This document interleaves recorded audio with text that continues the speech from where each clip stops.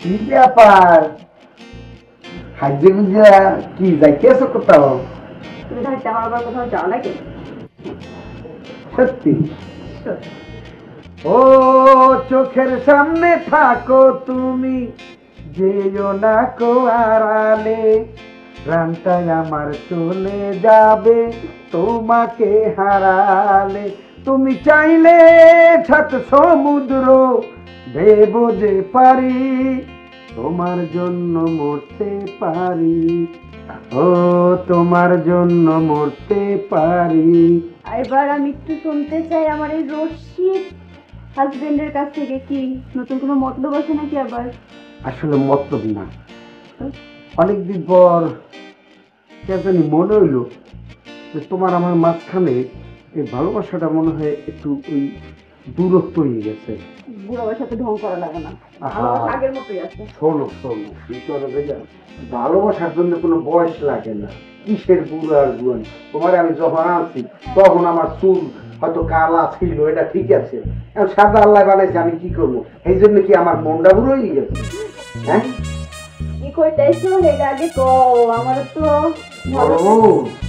কিন্তু যেটা করতে চাই এটা তো করতে আমার নিজেকে লাগে। ঘটনা তোমারে আমি অনেক কিছু দিছি, এটা সত্য কথা,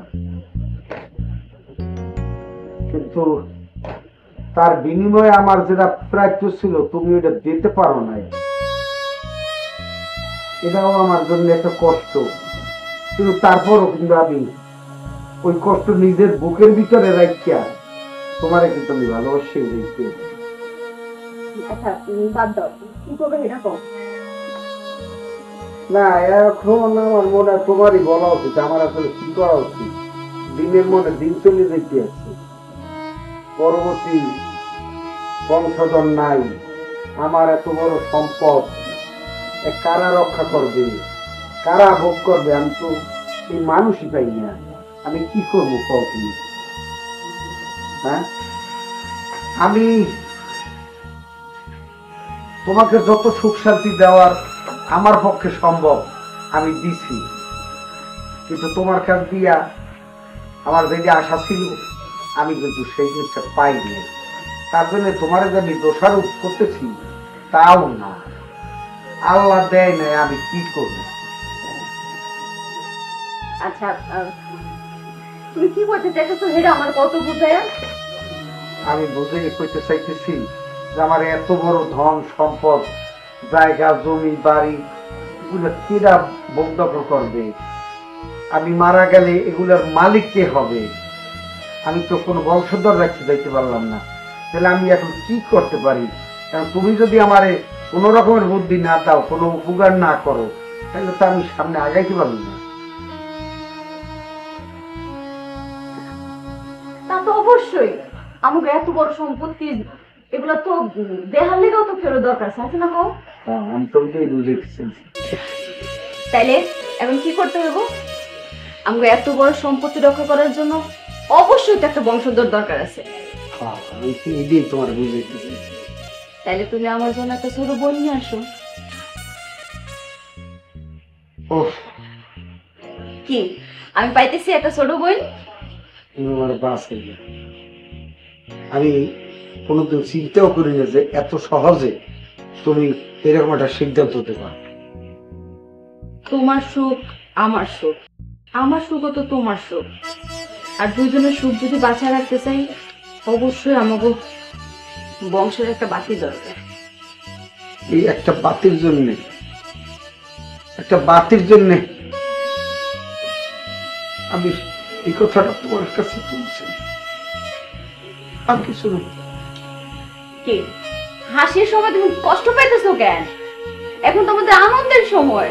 সব ঠিক আছে, সব ঠিক আছে সামিলি, আমি কিন্তু তোমার কষ্ট দিতে চাই না। তুমি জমির আলীর বাড়িতে থাকো না? জি, জমির আলীর বাড়িতে থাকি। কি হয়েছে? আপনি কে? আমি হইলাম এই এলাকার মেম্বার। আসসালামু আলাইকুম মেম্বার সাহেব, আগে পরিচয় দিবেন না, বেয়াদবি করে ফেলেছি তো। না না না, ঠিক আছে। জমির আলীর বাড়িতেই তো থাকো তুমি? জি মেম্বার সাহেব, জমির আলী আছে না বুইরা, সেই বাড়িতে থাকি আর কি। তা তুমি জমির আলীর কি হও? এই জমির আলীর বউ আছে না, আমি বউয়ের ভাই। জমির আলী বউয়ের ভাই? তা জমির আলীর বউ তো 3টা, কোন বউয়ের ভাই? জমির আলীর সবচেয়ে বড় বউ আছে না, মানে যার বাড়ি রাজশাহী, আমি সেই বউয়ের ভাই। রাজশাহী থেকে আসছি আর কি, কয়েকটা দিন থেকে যাই। ওহো, বুঝতে পারছি। তাইলে তো তোমার সম্মানই আলাদা।